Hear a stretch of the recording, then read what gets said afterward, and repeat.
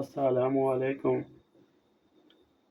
5 نمازوں کی رکعتیں 2-2 3-3 4-4 کیوں ہیں؟ اس سے کم و بیش کیوں نہیں؟ انسان کے بدن میں اللہ تعالیٰ نے 5 حواس جاری رکھے ہیں جن پر اس کی زندگی کا لطف و ذائقہ موقوف ہے۔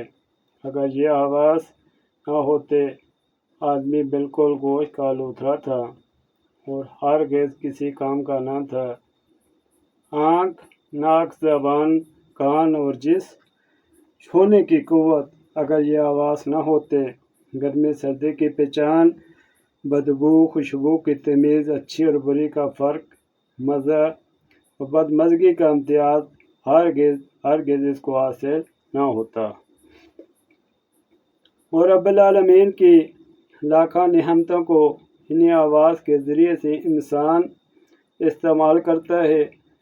پھر ان نعمتوں کے شکریہ میں جو اس کی گنتی کے موافق اللہ تعالیٰ نے 5 نمازیں فرض کی، ہر ایک جس کے مقابلے میں ایک نماز فرض کی، پھر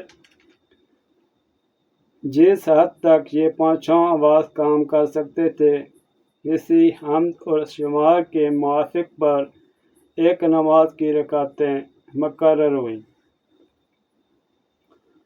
قوت اس چھونے کی قوت کی پہلی صفت کا نام ہے۔ اس سے 2 فائدے ہیں: گرم چیز کی گرمی محسوس کرنا، سرد چیز کی سردی اور ٹھنڈ کا پتہ لگانا، اور یہ قوت تمام جسم میں موجود ہے اور کسی خاص عضو کے ساتھ مخصوص نہیں۔ اس کے شکریہ میں صبح کی 2 رکعتیں ہیں جو تمام رات گزرنے کے بعد آتی ہے۔ شامہ اس کی صفت کا دوسرا نام ہے جس کے معنی سونگھنے کی قوت کا نام ہے۔ ناک، یہ قوت چاروں طرف سے کام دیتی ہے، ہر طرف کی خوشبو بدبو معلوم کر لیتی ہے، اس لیے شکریہ میں ظہر کے اندر 4 رکعتیں مقرر ہوئیں۔ ذائقہ چکھنے والی قوت کا نام ہے۔ زبان 4 ذائقے معلوم کر لیتی ہے: ترش، کھٹا، شیریں، میٹھا، نمکین، تلخ اور کڑوا، اس لیے عصر میں بھی 4 رکعتیں مقرر ہوئیں۔ باصرت دیکھنے والی قوت، آنکھیں 3 طرف سے دیکھتی ہیں: سامنے سے، اپنی دائیں طرف سے، بائیں طرف سے، مگر پیچھے سے کچھ نہیں دیکھ سکتی۔ اس کے مقابلے میں 3 رکعتوں والی نماز مغرب کی فرض کی گئی تاکہ اس کا شکریہ بھی ادا ہو جائے۔ سامع سننے کی قوت، کان چاروں طرف سے آواز کو سنتے ہیں،